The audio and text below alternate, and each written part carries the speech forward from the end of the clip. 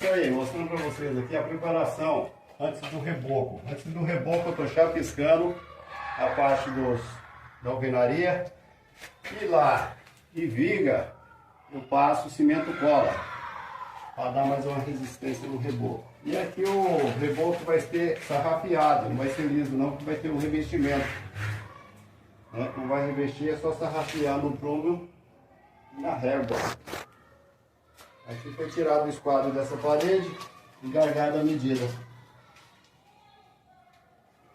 Já dei uma chapiscada aqui, e eu vou descer e chapiscar o resto embaixo.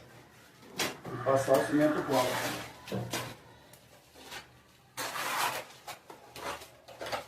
Aqui vai.